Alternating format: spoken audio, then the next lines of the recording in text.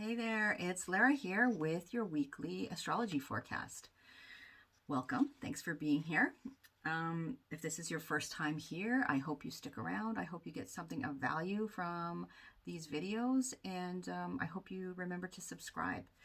So, it is January 13th, 2021, and this video is about the new moon in Capricorn. So taking us through this week, Wednesday to Wednesday, right? So January 13th to the 19th.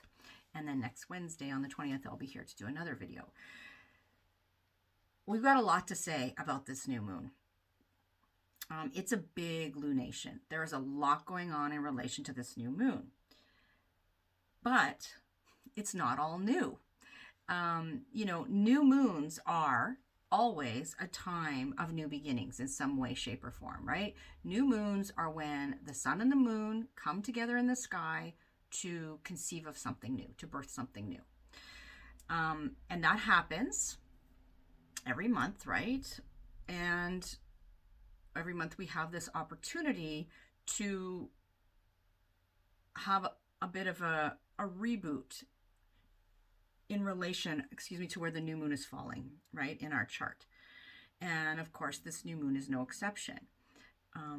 But every new moon is different in, with regards to what's happening in the sky at the time of the new moon. So, what sign does the moon and the sun falling in? And what conversations are the sun and the moon having with other planets at the time of the new moon? What degree is the new moon at? And sometimes what conversations are happening between other planets simultaneously, right? So not even necessarily in relation to like having a direct conversation with the sun or the moon, but they may be talking amongst themselves and still having an impact on what's going on. So that's the case in this lunation. This new moon is happening at 23 degrees of the cardinal earth sign of Capricorn. And that point in the chart, that 22, 23, 24 degree point, has been a real trigger all through 2020. And now into 2021 with this lunation. So there's been a lot going on around that area of the chart. And so, in many ways, like I said at the start, this is not, something we're unfamiliar with, because we know the Capricorn story that has gone on over 2020, right? So out in the collective, and then if we look to the Capricorn area of our own charts, where that process has been unfolding for us personally. So we're familiar with that. We're familiar with, this is the area of life, or these are the themes.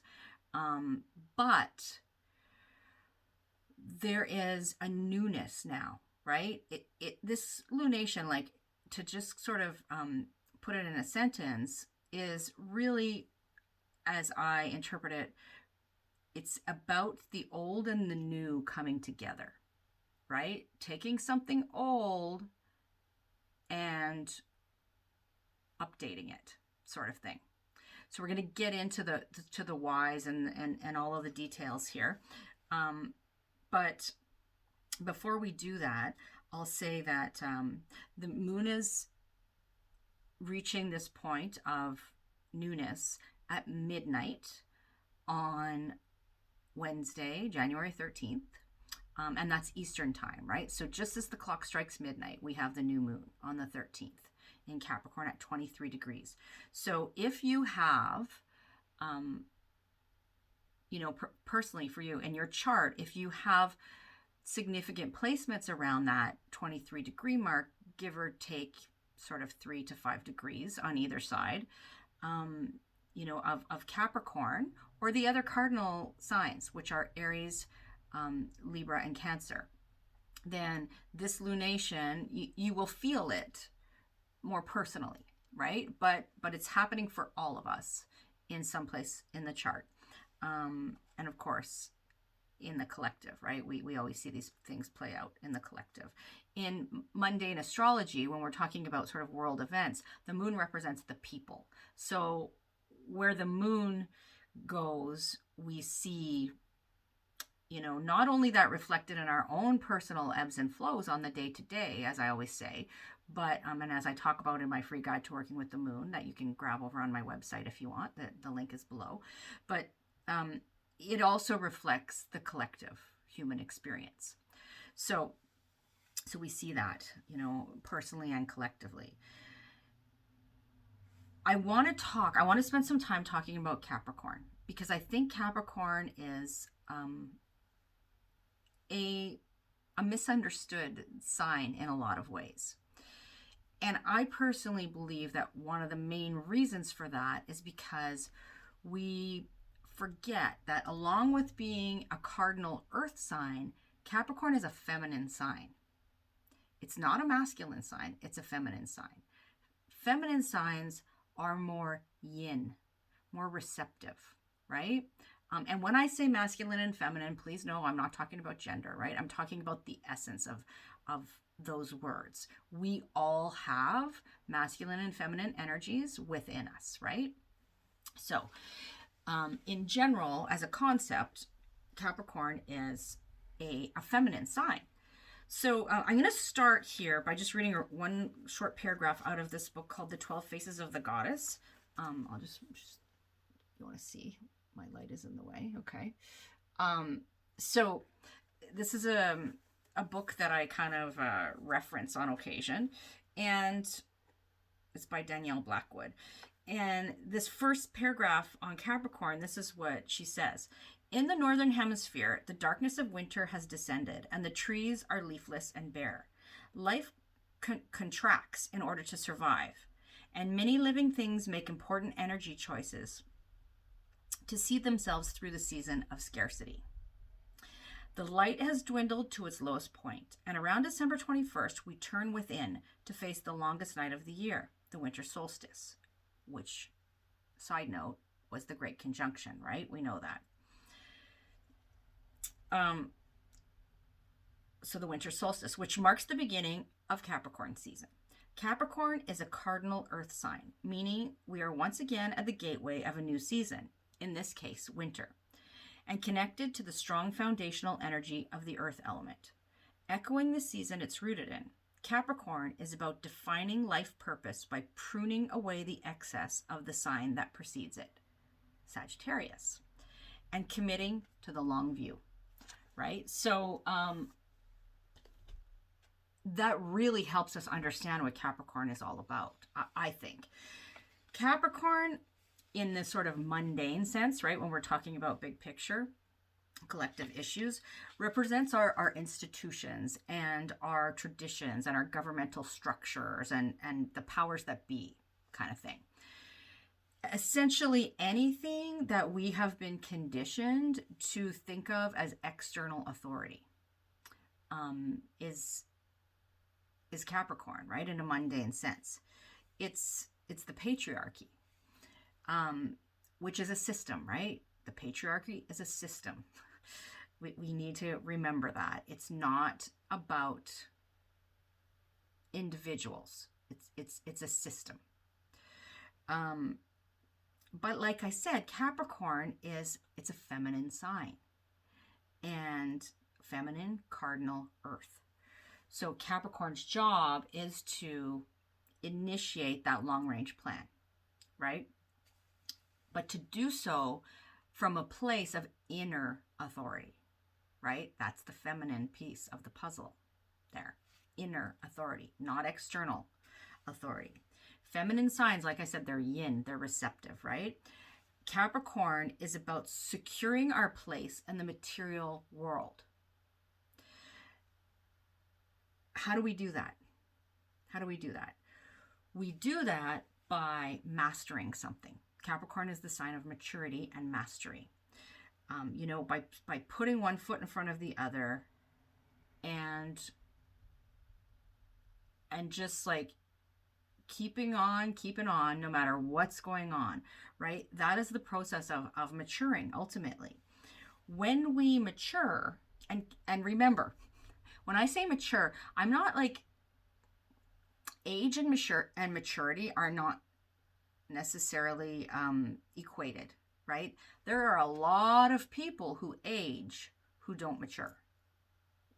So just because we reach a certain age does not mean that we have matured. I think it's really important to remember that.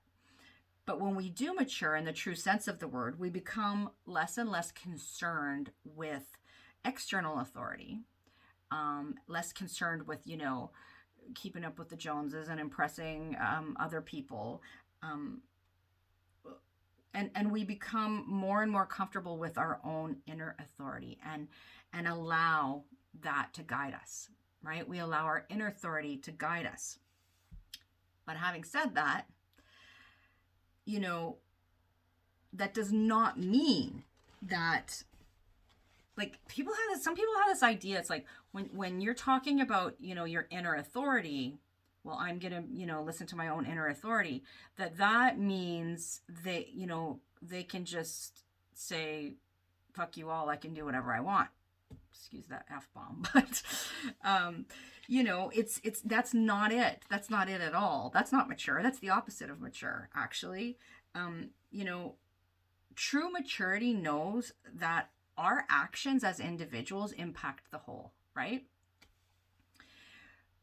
True maturity knows that sometimes adulting sucks, but we have to do it anyway. True maturity knows that sometimes we have to do what's right, not what's easy. We have certain responsibilities that we can't shirk as much as we would like to.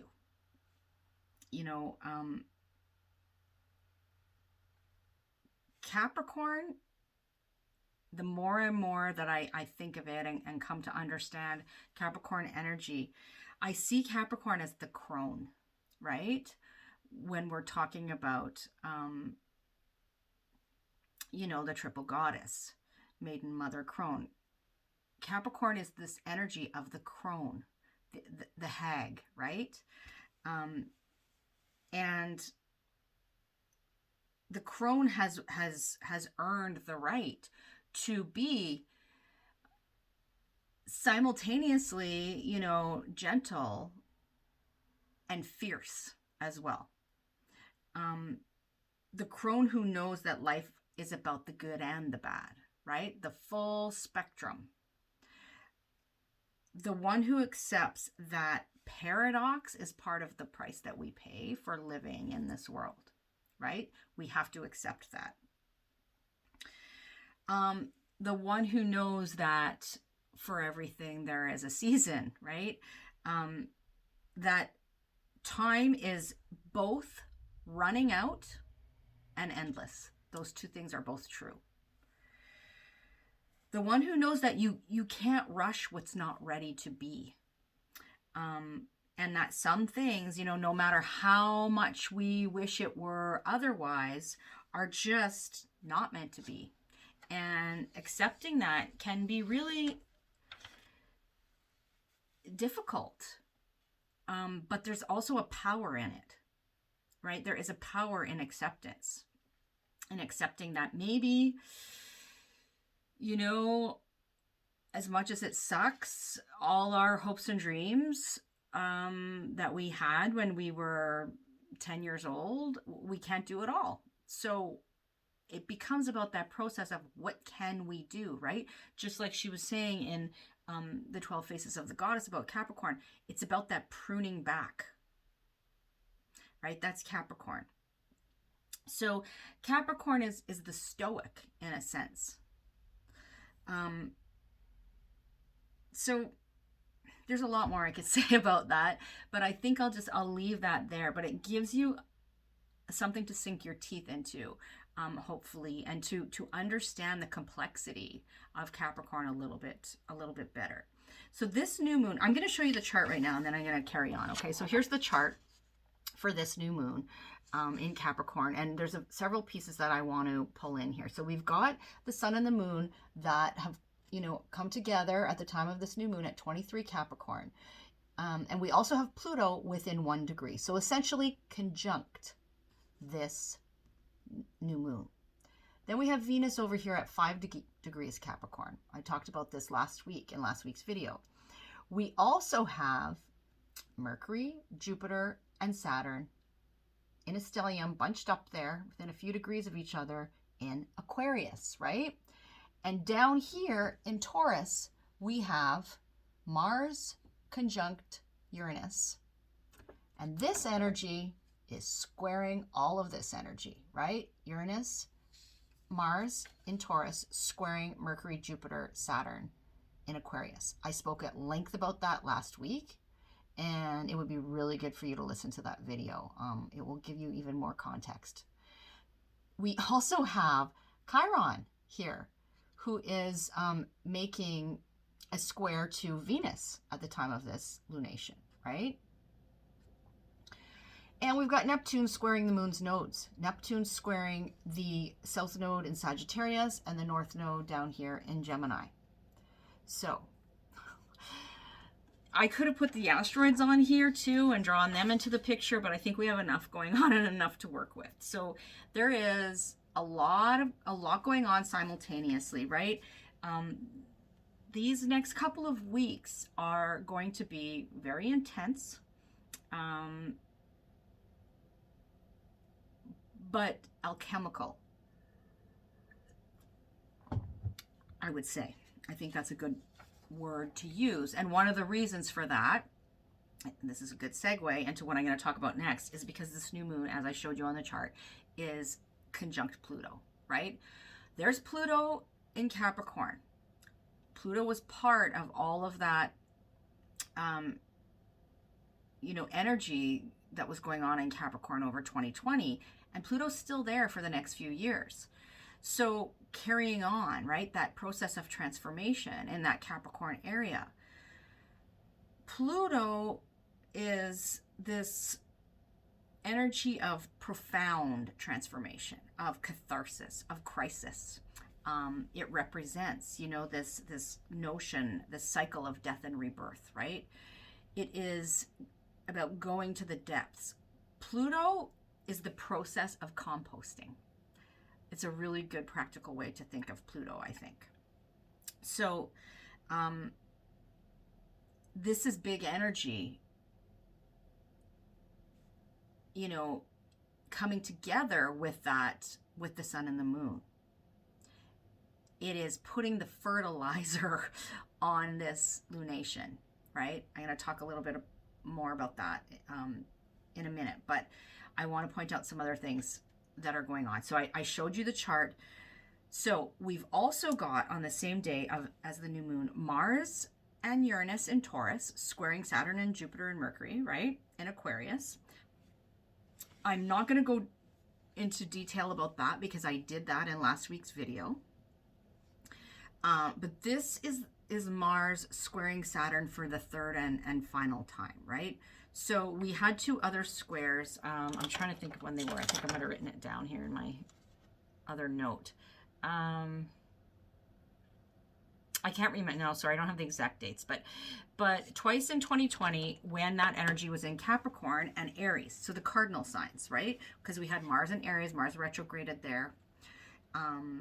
And then we had, obviously, Saturn and Capricorn. So those 2 planets squared off twice in 2020. And now the planetary dynamic is the same, right? It's the same 2 planets, Mars and Saturn, in a square, a conversation of tension. So that is frustration. That's a clash. That's like this energy of what wants to happen, butting up against obstacles and restrictions and that kind of thing, right? But this time, the energy has moved into new signs. So there's another indication of that, what we've already been dealing with to a degree, but there's something new about it. Something new is coming into the picture, right? because now the energy has moved into Taurus and Aquarius, these fixed signs. Also at the same time as this lunation, we have Venus in Capricorn, which I showed you, in a trine, so a supportive flowing conversation with Mars and Uranus in Taurus. So I spoke about this also in last week's video, the Venus piece, right? And Venus is sort of the saving grace, the sweet spot, if you will. But Venus is also in this conversation with Chiron. So again, a tense conversation with Chiron and Aries, a square, right? Venus and Chiron are squaring each other exactly at the time of this new moon. So there is this something around healing going on here. The healing of what? Well, Chiron and Aries, the healing of our identity. To put it simply, Chiron and Aries square Venus in Capricorn. The healing of that which we desire, that which brings us pleasure, the healing of relationships, the healing of resources. But it's in Capricorn, right? The Stoic. And I mentioned to you last week, Venus in Capricorn is not about the bells and whistles. It's not about, it's Venus in Capricorn is shaker style furniture, functional, but can still be pleasing to the eye. It is this functional aesthetic, right? And so these themes are very much in our awareness right now, right? And coming into our experience. And then I mentioned to you that Neptune in Pisces is squaring the nodes of the moon, right? And so whenever, in evolutionary astrology, whenever a planet squares the moon's nodes, this is something that can kind of trip us up on our trajectory. That's the way I like to describe it. And Neptune squaring the nodes of the moon can be this energy of, a reality check that needs to happen. Disillusionment, we're disillusioned in some way because things are not as we thought they were, or maybe we're still trying to see through rose-colored glasses, despite the facts being kind of right there in front of our face. Neptune square the moon's nodes can be confusion. But Neptune is also, the presence of Neptune is also this reminder to keep the faith, to have faith in the bigger picture, to have faith in, something that is bigger than all of us. So that's Neptune, square the moon's nodes.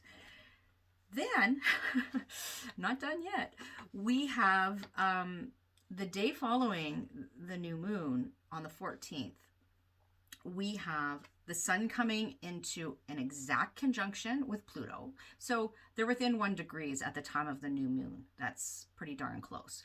But the sun will hit Pluto's exact spot in the sky on the 14th at the exact time that Uranus in Taurus stations direct.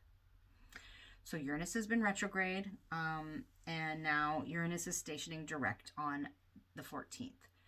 And this is like,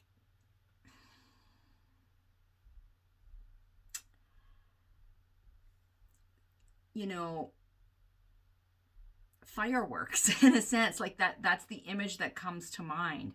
It is fireworks. It is the lid blowing off of something and the light, like Pandora's box, and the light shining out of it, right? Like that's kind of what this energy is. So and of course, when is this all happening? Well, we've got the US inauguration coming up, right? And on that exact day of the inauguration, we have Mars in an exact conjunction with Uranus. So they're close right now, but they're coming exact. So,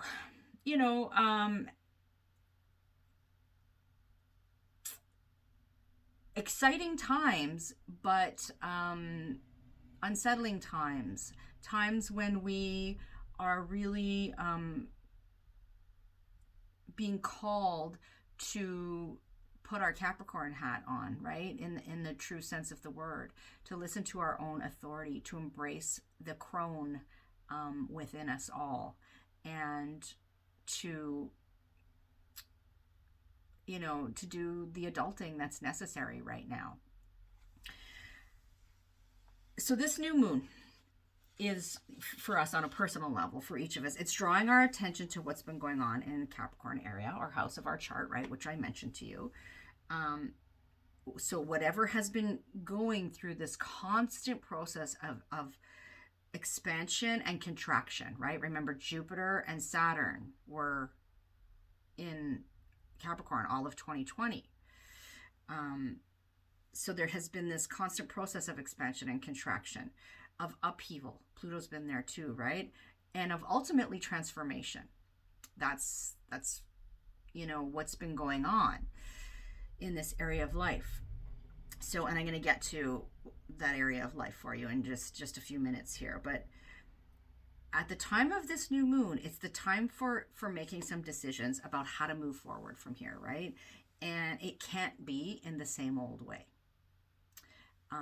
Although Saturn and Jupiter were traveling through Capricorn, they made their conjunction at 0 degrees Aquarius on the solstice. That is about the future, right? We've had this whole reset, this whole, we're being catapulted into the future. And we talked about that in that video. If you want to go back and watch the Great Conjunction video, please do that. It's still very relevant. It will be relevant for the next many, many decades. So something in this area of life, in the Capricorn area of our chart, wants to, in fact, needs to happen, right? In order to make progress, in order to make the progress we want to make in this area of life. But that may require us to come to terms with the fact that despite our best efforts, we may need to let go of some things in order to make way for the new in that area. And when I was contemplating this, and making notes for the video, that whole phrase, "you can't teach an old dog new tricks," came to mind. But that is exactly exactly what we're charged with doing at this new moon, is taking something that we know, something that's familiar, and bringing it forward in a new and different way. And, like showing ourselves and other people that, yes, in fact, you can teach an old dog new tricks. If we're persistent enough, we definitely can do that. And we must do that. And they don't necessarily have to be, nor should they be, fancy tricks, right? This is Capricorn we're talking about. Venus is in Capricorn, remember, the saving grace, right? She's giving us clues as to how this should be done. So, these new tricks have to be, maybe it's just a new spin on the old kind of thing, updating something, repurposing something, right? Like I said, there is a sense of the old and the new coming together in a very different way than they have before. And the presence of Pluto, like I mentioned to you, really indicates that this new beginning is coming from the depths. And it's the point. Pluto energy is very much phoenix energy, right? The phoenix rising. And as I always say, the phoenix has to burn up before it can rise. And so it's this point where the phoenix is lying in that pile of ash, right? And somehow that spark of new life enters so it can rise again. And I kind of see this new moon through that lens. It's the point when we have given our absolute all and we're laying in a crumpled heap on the floor, and then somehow we find the will to get back up and keep going. There are a couple of quotes that I wanted to share with you that came into my awareness, came across my newsfeed the last couple of days that really hit home. And I feel like they are pertinent to this new moon. And one is a quote from Barack Obama, who said that whatever you do won't be enough. Whatever you do won't be enough. Try anyway. Right? there's that Capricorn sort of crone wisdom and that stoicism coming in there.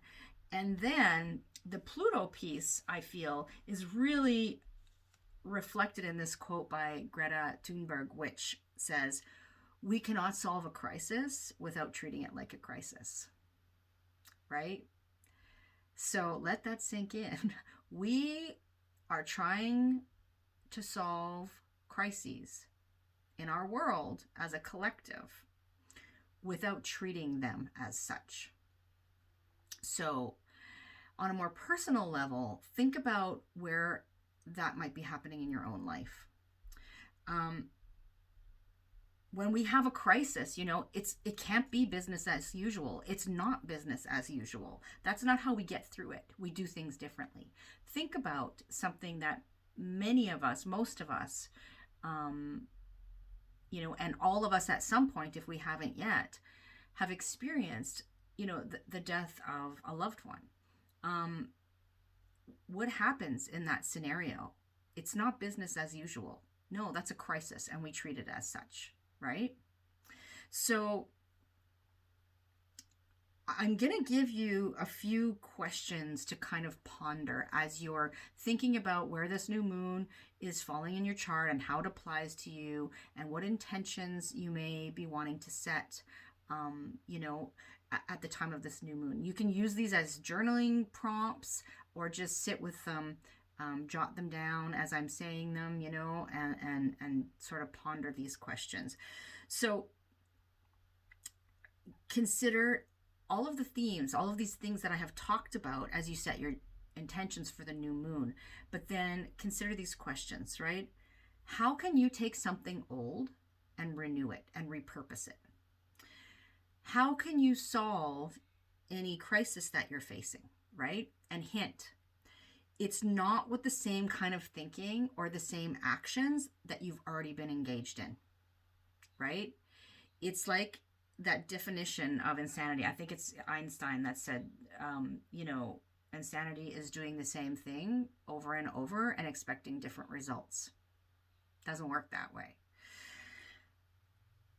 How can you keep putting one foot in front of the other in a familiar area of life, but wearing totally different shoes, right? How can you put on a new pair of shoes and just keep going? How can you blend the old and the new? I've talked about that. That's just another way of saying it. How can you use what's old in a new way, right? So that idea of repurposing again. Think about that. Are you willing to accept that in order to move forward, things must change in this area of life? And then, a couple of last things I'll leave you with. What have the experiences of 2020 and even the last couple of, the first 2 weeks of 2021 taught you about what's not working, what's not working in the Capricorn area of your life? And how can you use that information as sort of compost, right? And fertilizer for what you want to create and accomplish. And then lastly, where is it time to mature in your life, right? So, and this all pertains to the Capricorn area of our chart, because this is where the new moon is happening. And if you have other areas in your chart that are in conversation with this Capricorn area, then that will be pulled into the equation as well. So for example, in my own experience with this lunation, 23 degrees Capricorn happens to exactly square my Saturn-Venus conjunction in Aries. If you've been around here before, you've heard me talking about that, lamenting that. So, this is personal for me. And I also have my natal Pluto at 23 degrees of Virgo. And so this lunation is trining that for me. So there's a lot going on for me personally, right? So if you have placements in your chart that are in direct conversation with this Capricorn new moon, then those houses will be brought into the equation as well. I can't know that without seeing your personal chart. But if you know your chart, then you can take a look and you can kind of work through that. But right now, what I'm going to do is leave you with the Capricorn New Moon through the signs, right? So what house is this hitting for you?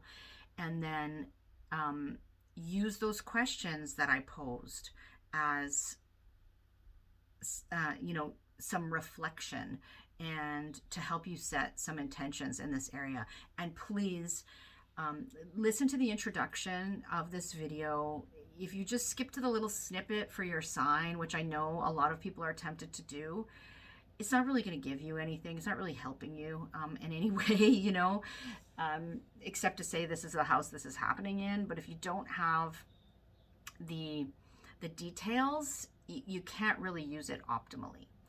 So, and I would love to know if you want to share in the comments, what's playing out for you and how this is impacting you and what you've noticed in your own experience.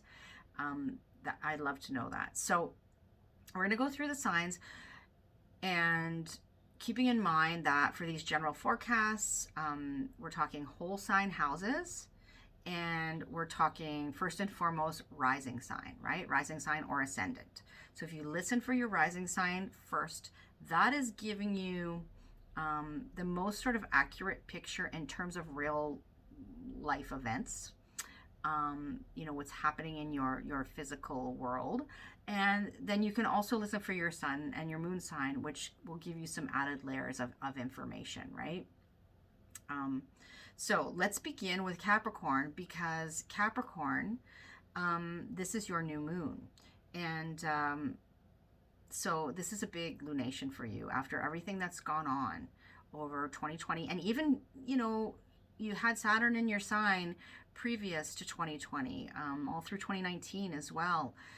And even before that. So there's been a lot going on for you, Capricorn.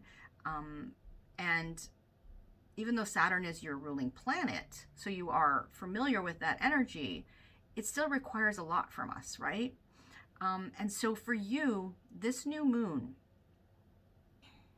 is a chance to really embrace your core Capricorn essence. And I said a lot about that in the intro to this video, so I hope you listen to that.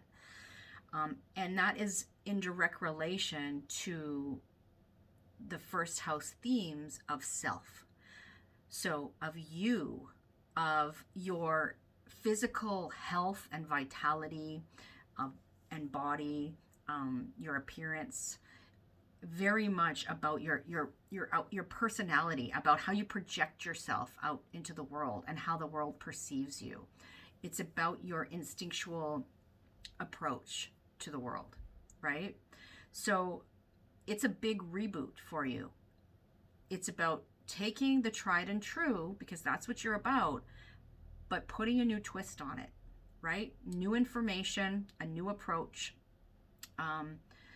doing something new in this area of life with something that is already familiar to you, right? So that's for you, Capricorn. We're going to move on to Sagittarius now. Sagittarius, you have the new moon happening in your second house, right? So pondering all those questions that I posed in the just before I started going through the signs, and all the other pieces of the puzzle that I introduced in the intro to this video, pondering all of that, right? How can you take something that's been an ongoing issue for you in relation to the second house, which I'll get to those themes in a second. How can you take something familiar, something that's already been going on, and put a new spin on it? How can you repurpose it? How can you do it in a new way? How can you bring in new information or accept new information? This kind of thing, right? And that is in direct relation to second house themes, which are having to do with your personal resources. So meaning your finances, right? Your money, your time, your energy are also personal resources. It's about work in the sense that it's the skills and talents you use to support yourself, right? It's about those things you need to support your like it's our essential needs, right? Second house, our food, for example. It's also very much about what we put value on and how we value ourselves, so our sense of self-worth. So those are all second house themes that you're dealing with. And the idea here at this new moon is to, again, take something familiar and do it in a different way, right? So that is for you, Sagittarius. And next we're going to move to Scorpio, where we have the new moon in Capricorn hitting your third house. So for you, Scorpio, how can you take something familiar, something that you've already been working with, and how can you inject that with new energy, with a new approach, with new insight, new information, a new way of doing it? How can you repurpose that? And by that I mean these third house themes. The third house encompasses a lot, but ultimately it's really about our immediate environment, and the people in it, and our day-to-day interactions, right? So the things, it's our community, or it's our communications, and our approach to that. It's about the messages exchanged back and forth. It is about learning. Usually we're talking about early learning, so like in a practical sense, that would be things like, daycare, elementary school, high school, or, learning the 101, learning the basics kind of thing, or teaching that. It's about our community, the people surrounding us, people we interact with on a regular basis, our siblings, our neighbors, our cousins, our community members, our teammates, our peers, this kind of thing, right? It's about that sense of mobility. The third house is home. Mercury is at home in the third house, and so it's like it's about the moving parts, right? So all of those themes, right? But very much, if you just want to kind of distill it down, we're talking about communications, daily interactions, our immediate environment, and teaching and learning in those spheres, kind of thing. So that's for you, Scorpio, right? Those themes, considering those themes, how can you teach an old dog new tricks, right? Like we talked about in the video. Next, we've got Libra. So for you, Libra, we've got the new moon happening in your fourth house. So this is a new moon in the area of life that has to do with home, family, place of living, your ancestry, your roots, your parents. I usually think of fourth house as more being like the mother's lineage, or those sort of maternal figures in your life. That depends, some people have a different take on that, but definitely we're talking about home, family, place of living, roots, and your sense of emotional security. This all falls under the fourth house. So pondering the questions that I posed in the intro to the video and all the themes that I brought in there, how can you take something that's been going on this whole time and do something new with that? How can you repurpose it? How can you bring new information, new insight, a new way of seeing this, or working with this, or working through it, a new approach to this area of life, right?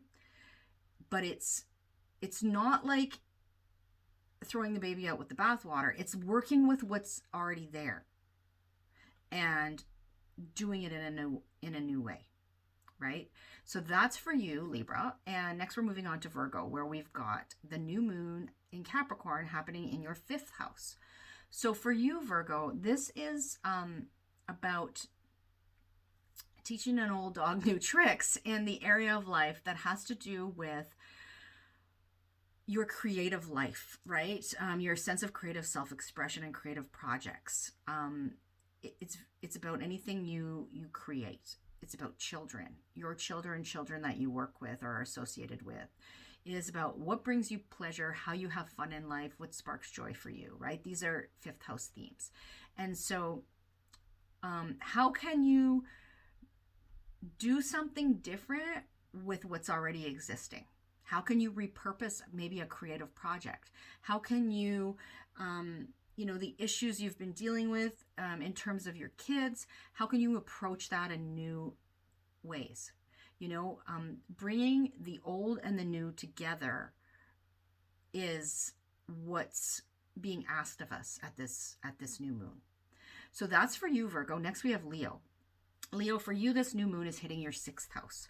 So this speaks to your daily routine, right? And like that sort of checking off the ticky boxes kind of vibe. It is speaking to your, issues around illness and health and the routines around that. It has to do with how you are in service. It has to do with relationships between unequals, right? People that are not on an equal playing field. It can also bring in pets in this 6th house as well. So, it's about how you order your days and your routine, and how you look after your wellness.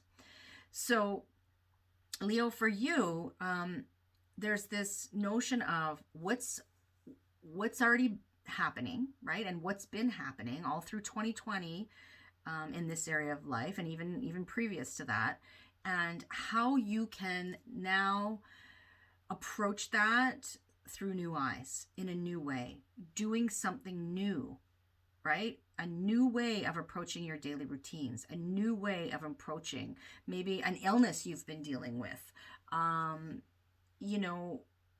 something new coming in to reboot whatever's been going on there, right? So I think that's good. I think that's enough to say about that, Leo. Definitely listen to the introduction, listen to the questions that I posed, and reflect on those, right, in relation to these 6th house themes. We're moving on to Cancer now. Cancer, for you, this new moon is happening in your 7th house of one-to-one relationships. And so for you, this is an opportunity to start something new with what's already existing. So a perfect example would be, right, 7th house is this one-to-one relationship area. So it speaks to our significant other, marriage partnerships, but anyone we are in close personal relationship with. That can be business partners, it can be close friends and family members. The 7th house also speaks to contracts and agreements, right? And rivals. So the people we are in direct sort of competition with. So for you, this is, as I started to say, a perfect example here would be, how can you take an existing relationship and do it in a new way, or bring something new to the table, to reboot, to repurpose that, if you will, to inject new life into it, right? So that is, it's pretty succinct there when we're talking about these 7th house themes. So think about what's been going on and think about how you can do that. How can you do relationship in a different way, in a new way, right? But we're kind of talking about what's already existing. So existing relationships. And the ones that you have been sort of, that you've had in your life for the last, at least year and some. Okay, so that's for you, Cancer. And next we're moving to Gemini. So Gemini, for you, the new moon is hitting your 8th house, right? And this is an opportunity to do something different in terms of how you approach 8th house themes, which are other people's resources. So other people's time, money, energy, in a practical sense, we see things like taxes, insurance, wills, debt, this kind of thing in the 8th house. The 8th house is also about death and the process of rebirth. So sometimes mortality, right? We face issues of mortality in the 8th house. It's also about sort of the skeletons in the closet, right? And our psychological wounding and healing. So that which is hidden. So for you, Gemini, we're talking here about what's been going on in this area of life for the last year, more than a year, because Saturn's been in there, Saturn just left there and it was in there for like 2.5 years before that. So, in that eighth house. And so, how can you take a new approach to these eighth house themes, right? That you have been dealing with, but however you've been dealing with them has not really been working for you. So how can you inject new life into that? So that's for you, Gemini. Next, we're moving to Taurus. Taurus, for you, we've got the new moon happening in your ninth house, right? So for you, this has to do with, ninth house is all about our worldview, our philosophies and our belief systems. It is about the higher mind and higher learning. It is about foreign people and places, sometimes foreign travel. It can have to do with religion and that kind of philosophical worldview as well. But so for you, it's that lens through which you see the world, ultimately. So this is something that's been going on in your life. This is not new, right? These ninth house themes that you've been dealing with are not new. But now at the time of this new moon in Capricorn, you're being asked to teach an old dog new tricks, right? To take what's been going on and inject new life into it, to do it a new way, to repurpose something in this area of life. Right, definitely listen to the questions that I posed to help you work through this, and to the introduction to this video in general. So that's for you, Taurus. And next we have Aries, where Aries, this new moon is hitting your 10th house. And your 10th house, Aries, is this house that has to do with your career, with your worldly ambitions, with the legacy you wish to leave, with your relationship to authority and authority figures. Sometimes that includes, the father. It's very much, though, about our public sort of who we are at in public, our public reputation and persona, our career, all those things that I just mentioned. So this area of life is something that you've been working through all through 2020 and even previous to that, because Saturn was in that area for 2.5 years, right? Until very recently. And so, how can you take what's been going on there and inject new life into it? How can you take what's tried and true and what you know and see it through a new set of eyes? How can you repurpose it in some way? So that's for you, Aries. I'm going to move to Pisces now. Pisces, for you, this new moon is happening in your 11th house. And so for you, there is this notion of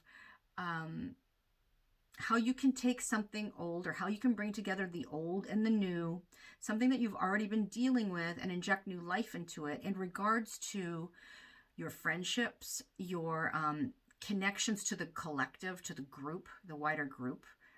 This can have to do with the internet even, and those kinds of connections. It's very much about your hopes and dreams for the future and the people that can help you get there, right, as well. So how can you look at these themes and say, this is what I've been dealing with, but, the way I've been doing it has not really been bearing fruit in the way that I'd like it to. And so how can I approach this in a new way, right? And so that's what this new moon is ultimately about for you. Please listen to the questions that I posed in the intro and all the information there to help you flesh this out a bit. Last but not least, we're with Aquarius and the 12th house. So Aquarius, for you, this is where this new moon in Capricorn is hitting. It's your 12th house, right? And the 12th house is this part of the chart where it's all about, we're at the ending of something. We are, 12th house speaks to endings and losses, but it also speaks to that which goes on behind closed doors and under the surface. So in the unconscious, sometimes self-sabotaging behaviors. It has to do with, things we may not even be aware of. It has to do with the unseen world, our spiritual life, our relationship to spirit, and it can have to do, in a very real sense, with places that are behind closed doors, like hospitals, hospices,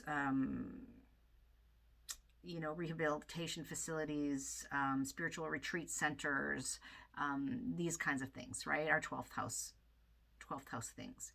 And so for you, there's been something you've been dealing with that has to do with these themes for quite a while now, really. All through 2020, it certainly hit a crescendo, but even before that, you were dealing with things in this area of life.